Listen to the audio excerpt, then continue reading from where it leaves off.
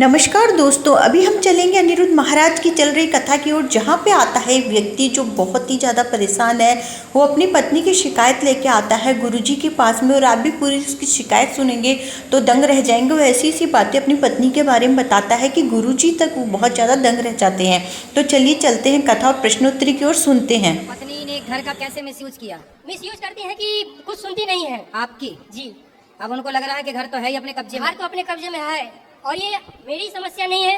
हमें लग रहा है कि आज के समय में जो ये माहौल चल रहा है, ये अधिकांश लोगों का है। ऐसे में बहुत से लोग हमसे बोलते हैं कि कृष्णा, ये तुम समस्या में अकेले नहीं हो, एक मेरे बहुत अच्छे व्यापारी हैं। स्त्रियां समझती नहीं है। पुरुष कमाता है, पत्नी को प्रसन्न रखता है, बच्चों की सेवा करता है, पर स्त्रियों के पास यदि पैसा आ जाए, कुछ स्त्रियों की बोल रहा हूँ मैं, कुछ स्त्रियां ऐसी होती हैं कि पैसा आ जाए तो फिर वो चलती नहीं है, आकाश में उड़ने लग जाती हैं। उनको लगता है अपने भगवान है, खुद को ही भगवान मान लेती हैं, और पति को तो बिल्कुल ऐसी झंडू बाम मान लेती हैं। राधे राधे प्रिय भक्तों, जय श्री कृष्णा, जय श्रीमान नारायण। स्वागत है हमारे एक धमाकेदार और इंटरेस्टिंग वीडियो में। दोस्तों, आज की यह वीडियो बहुत ही ज्ञानवर्धक होने वाली है, तो वीडियो को अंत तक बने रहिएगा। अगर जो वीडियो अच्छा लगे तो लाइक करिएगा, चैनल को सब्सक्राइब करिएगा। ज्यादा समय न लेते हुए वीडियो को शुरू करते हैं। आचार्य जी, आपको मेरा कोटि कटी आपके चरणों में नमन प्रणाम। खुश रहो। मैं आज धन्य हो गया कि मुझे आपके दर्शन हुए, और कथा में तो मैं आपका बहुत सालों से सुनते आ रहा हूँ, और मैं वृंदावन केवल गौरी गोपाल आश्रम के माध्यम के लिए आया, और यहाँ आपका कथा सुनते सुनते कुछ हमारे घर में परवाही कला भी चलती है, तो हम छोड़ छाड़ के परिवार चले आए कि हम अब आएंगे। लेकिन हम यहाँ आए तो सोचे पहले कहाँ जाएंगे।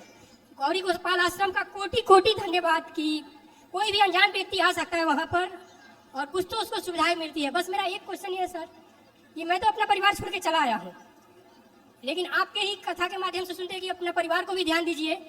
परिवार को क्यों छोड़ दिया आपने? सर, हम जो प्रॉपर्टी बनाए थे अपने मिसेज के नाम से बनाए थे, उसका उन्होंने दुरुपयोग, मतलब उसके लिए हमको हम पिताजी के नाम से ले रहे थे। तो मेरे पिताजी बोले कि ये तुम्हारी प्रॉपर्टी है, तुम अपने नाम से लो। हम बोले पापा जी आप अपने नाम से ले लीजिए। तो तुम अपने नाम से क्यों नहीं लिए? हम अपने नाम से रजिस्ट्री का पेपर बनाए, तो हम पुरुष लोग परिवार के लिए ना कमाते हैं सर। हमारी पत्नी बोली कि हमारा नाम डाल दीजिए। अच्छा। हम डाल दिए। उसको लेकर के वो हमें टॉर्चर भी करती रहती फिर है। पत्नी के नाम पे घर हो गया जी। फिर क्या किया उसने? तो हम कुछ नहीं, आपका सत्संग सुन के बहुत संतोष रहता है, दिन भर अपना राधे जाप करते रहते। हम बोले ठीक है भैया, आप अपना। तो पत्नी ने घर का कैसे मिसयूज किया? मिसयूज करती हैं कि कुछ सुनती नहीं है आपकी। जी। अब उनको लग रहा है कि घर तो है ही अपने कब्जे में। घर तो अपने कब्जे में है, और ये मेरी समस्या नहीं है। हमें लग रहा है कि आज के समय में जो ये माहौल चल रहा है, ये अधिकांश लोगों का है। ऐसे में बहुत से लोग हमसे बोलते हैं कि कृष्णा, ये तुम समस्या में अकेले नहीं हो, एक मेरे बहुत अच्छे व्यापारी हैं। स्त्रियां समझती नहीं है।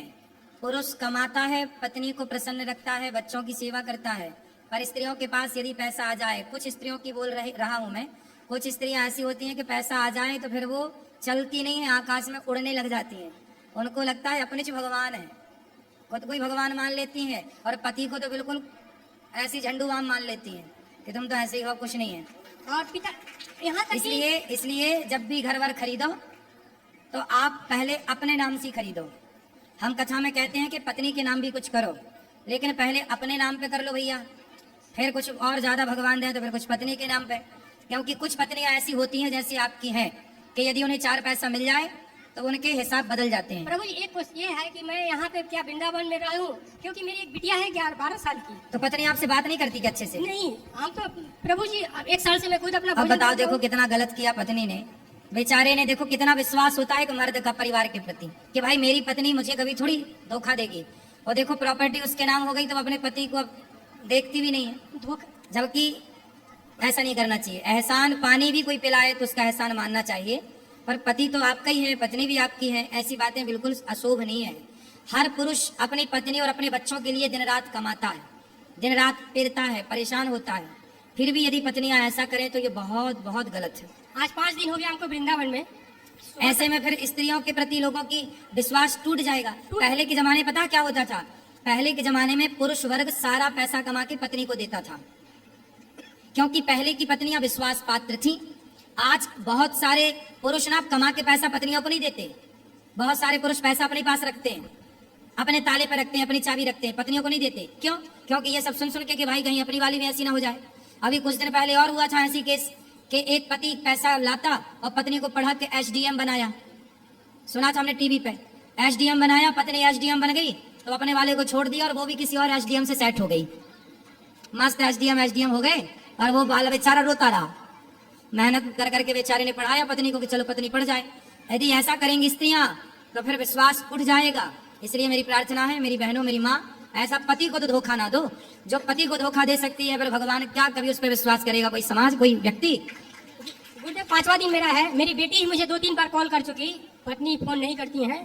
मैं हाँ ये आप अब करेगी, मैंने समझा दिया। क्या नाम है आपकी पत्नी का? सुनीता। सुनीता। अब ये सुनेगी सुनीता। बेटा सुनीता ध्यान से सुनो। पति अंध बहिर क्रोधी अति दीना, ऐसा पति कर किए अपमाना। देखो पति नालायक है। पति तुम शराब तो नहीं पीते? मैं आज तक 45 साल जो एक सुपारी भी मुंह में नहीं डालता। यदि पति शराब पीता है, पति गलत है, तो मैं मानता हूँ कि स्त्रियों को पति को समझाना चाहिए और फिर आप जो निर्णय लो वो ठीक है। पर जब आपका पति अच्छा है, शराब नहीं पी रहा है, गांजा नहीं पी रहा है, कोई पराई औरत के चक्कर में, कोई पराई औरत के चक्कर में तो नहीं गुरुदेव मैं है, कोई पराई औरत के चक्कर में नहीं है, फिर तुम सुनीता अपने पति को धोखा दोगी तो फिर ये गलत हो जाएगा। और ऐसे पति को त्यागना ईश्वर से विरोध करना है ना। भगवान कभी माफ नहीं करते ऐसे में। उनके मायके बिल्कुल वाले गलत निर्णय पैसे लेने की वाले जरूरत हैं। नहीं है। उनके मायके वाले पैसे वाले हैं गुरुजी, लेकिन मैं कभी भी अपने ससुराल का एक कप चाय भी नहीं पीता हूँ क्योंकि मैं पैसे वालों से बहुत दूर रहता हूँ। हाँ, स्वाभिमानी बनो, घमंडी बिल्कुल लोगों ठीक से कह बहुत रहे हो। दूर रहना चाहिए प्रभु। केवल ये लगता है कि मुझे कोई दोष ना लगे कि मैं कितने का घर लिया था आपने जो पत्नी के नाम कर दिया? 60 लाख रुपए का। 60 लाख? वो भी बैंक से, उसमें 25 लाख का लोन भी है मेरे ऊपर सर। मैं कोरोना बाद मेरा व्यवसाय लोन आप चुका रहे हैं, कब्जा पत्नी ने कर लिया। कोरोना बाद मेरा व्यवसाय पूरा चौपट हो गया सर। उसके बाद से ही मैं डिस्टर्ब चल रहा हूँ। अब मेहनत करो, डिस्टर्ब नहीं। मैंने समझा दिया। एक काम करना, पत्नी को मेरे पास लेके आना। तो महाराज जी के प्रिय भक्तों, अभी आप लोगों ने हमारे चैनल के माध्यम से देखा और सुना कि महाराज जी के लाइव प्रश्नोत्तरी में यह लड़का महाराज जी से अपनी पत्नी के बारे में किस तरह से कह रहा था कि गुरुजी सारी प्रॉपर्टी हमारी पत्नी हड़प ली है और मुझे कुछ नहीं समझती है। इस वीडियो से उम्मीद करता हूँ बहुत कुछ सीखने को मिला होगा। अगर जो कुछ सीखने को मिला है तो वीडियो को एक लाइक करके चैनल को सब्सक्राइब कर दीजिएगा, साथ ही बेल आइकन प्रेस कर दीजिए ताकि हम इसी तरह के वीडियो लेकर आते रहते हैं। तो मिलेंगे नेक्स्ट वीडियो में। राधे राधे। तो दोस्तों आप लोगों ने सुना गुरुजी ने कैसे उसको अच्छा सा उपाय बताया। और गुरुजी के यहाँ पे लोग प्रश्नोत्तरी में अलग अलग समस्याएं लेके आते रहते हैं। तो आपको यदि ऐसी वीडियोस देखना पसंद हो, चैनल को सब्सक्राइब कर लेना, वीडियो को शेयर करना ना भूले। और ऐसे ही प्रश्नोत्तरी के अगले वाक्य में हम आपके लिए और भी अनोखा वाक्य लेके आएंगे। तो मिलते हैं अगले वीडियो में। बाय बाय दोस्तों।